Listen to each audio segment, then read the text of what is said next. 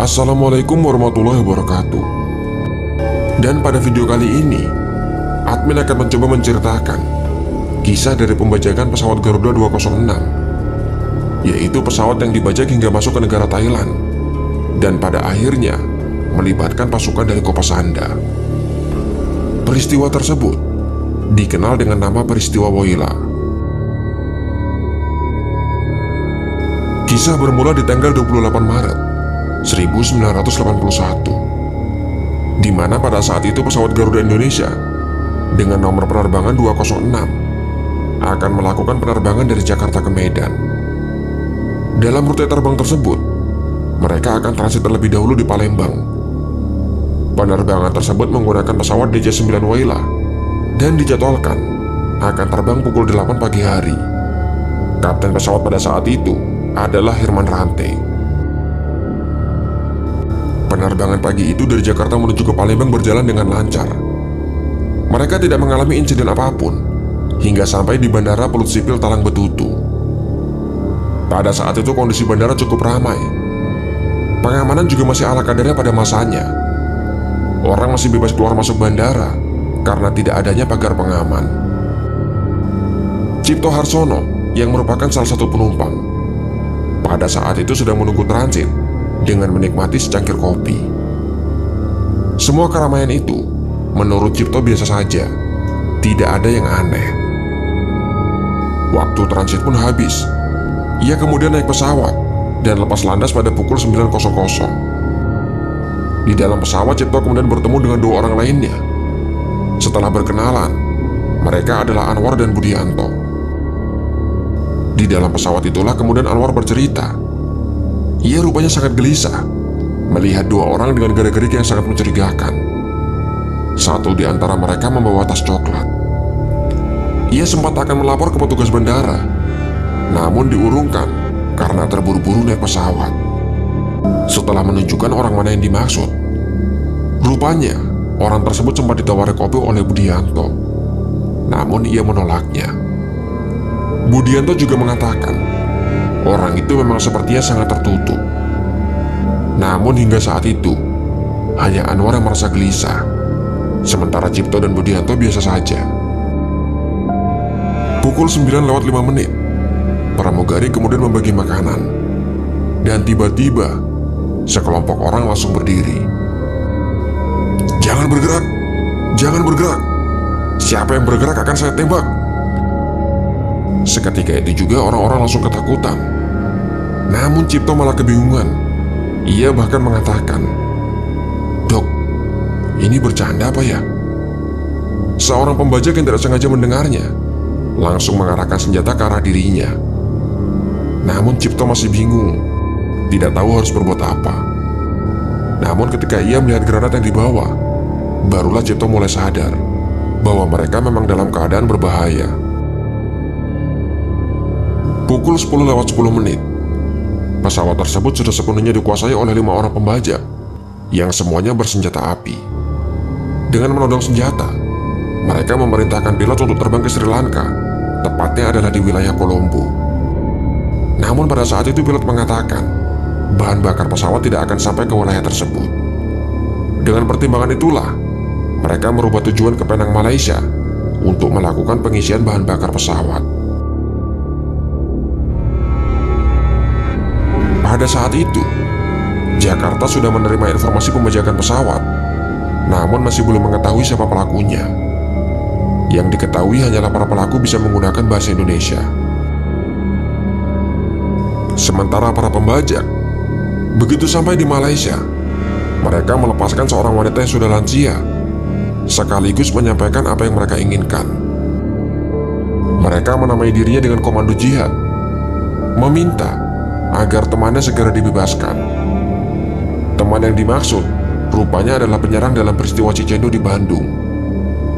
Sementara permintaan lainnya, mereka meminta uang sebesar 1,5 juta US dollar. Dan terakhir adalah disiapkan jalur penerbangan khusus untuk mereka melarikan diri. Ancamannya, jika tidak dipenuhi, maka mereka akan meledakkan diri bersama dengan pesawat dan juga para penumpang lain di dalamnya. Setelahnya mereka kembali menerbangkan pesawat dan mengarah ke negara Thailand. Yang menjadi tantangan, pasukan TNI belum memiliki pengalaman yang terkait dengan pembajakan pesawat. Peristiwa ini memang merupakan yang pertama, sekaligus satu-satunya yang pernah terjadi di Indonesia. Satuan Kopasanda yang saat ini bernama Kopassus kemudian diutus untuk mempelajari dan juga melakukan operasi pembebasan sandera. Mereka kemudian menyewa pesawat DC-9 untuk mempelajari situasi dalam pesawat. Jelas ini bukanlah pekerjaan yang mudah, apalagi mereka juga harus berburu dengan waktu. Sementara kondisi dalam pesawat pada saat itu, para tahanan tidak bisa berbuat banyak. Tangan mereka dipaksa di atas kepala selama berjam-jam. Mereka juga dipaksa mendengarkan ceramah, namun isi dari ceramah itu kurang pas untuk didengar. Pasalnya, ada beberapa umpatan atau makian yang keluar. Sebagai sesama muslim, Cipto merasa ceramah itu tidak sesuai dengan ajaran Islam. Lebih parahnya lagi, semua penumpang yang menggunakan toilet tidak boleh menutup pintu, tidak terkecuali bagi para wanita. Mereka berdalih agar semua penumpang tetap dalam pengawasan. Ketika pesawat sampai di Thailand, yaitu di Dunmuyeng, bahan bakar pesawat rupanya menipis. Mungkin karena mempertimbangkan pelarian, para pembajak mematikan mesin pesawat. Alhasil, pada saat kondisi terik, mereka seperti terkurung dalam oven. Benar-benar sangat panas, dan oksigen pun terasa sangat tipis. Di tanggal 29 Maret, 35 pasukan kemudian bergerak dari Jakarta, dipimpin Letkol Infantri Sintong Panjaitan. Mereka hanya menggunakan pakaian biasa, bukan seragam lengkap, yang sepertinya untuk menyamarkan operasi. Sempat ragu, pasukan intelijen Thailand kemudian menawarkan pinjaman jaket anti peluru, namun ditolak oleh Kopasanda. Mereka mengatakan semua peralatan yang dibutuhkan sudah disiapkan dari Jakarta. Di tanggal 31 Maret, pada pukul 2.30 dini hari, mereka mulai mendekati pesawat dengan diam-diam. Pasukan terbagi dalam 3 tim. Tim merah dan tim biru akan berusaha naik ke sayap pesawat dan kemudian menunggu aba-aba. Sementara tim hijau, mereka akan berusaha membuka dan juga masuk dari pintu belakang. Selain dari pasukan Kopasanda, pasukan Thailand juga ikut berjaga di tepi landasan untuk memastikan tidak ada teroris yang kabur. Sesuai dengan rencana, mereka kini sudah siap di masing-masing posisi, bersiap untuk masuk ke dalam pesawat. Tim hijau kemudian berusaha membuka pintu belakang.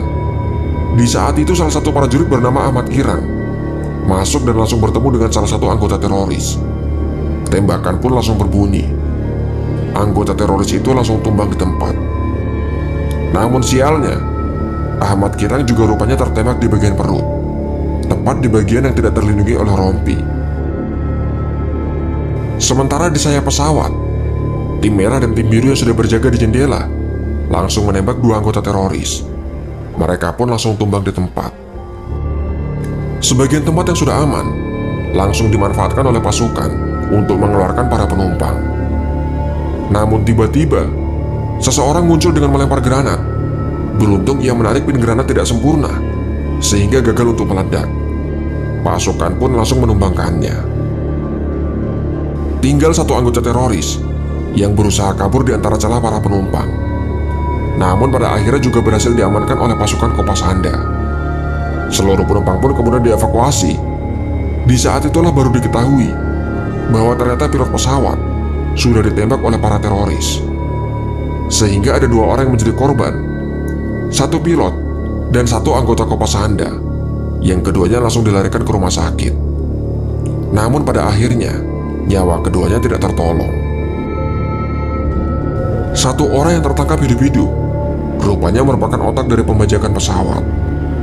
Ia adalah Imron bin Muhammad Zain, yang kemudian divonis dengan hukuman mati. 2 orang penyerang di Cicendo juga kemudian sama-sama divonis dengan hukuman mati. Dan untuk keberhasilan operasi, anggota grup 1 para komando yang terlibat kemudian dianugerahi bintang sakti dan diberikan kenaikan pangkat, yaitu 1 tingkat. kecuali satu orang yang gugur, yaitu Ahmad Kirang. Ia diberi kenaikan pangkat 2 tingkat secara anumerta. Itulah kisah dari Operasi Woyla, pembajakan pesawat pertama di Indonesia, dan semoga merupakan yang terakhir. Jika ada kesalahan, informasi yang kurang, ataupun pendapat yang berbeda, silahkan tuangkan dalam kolom komentar di bawah.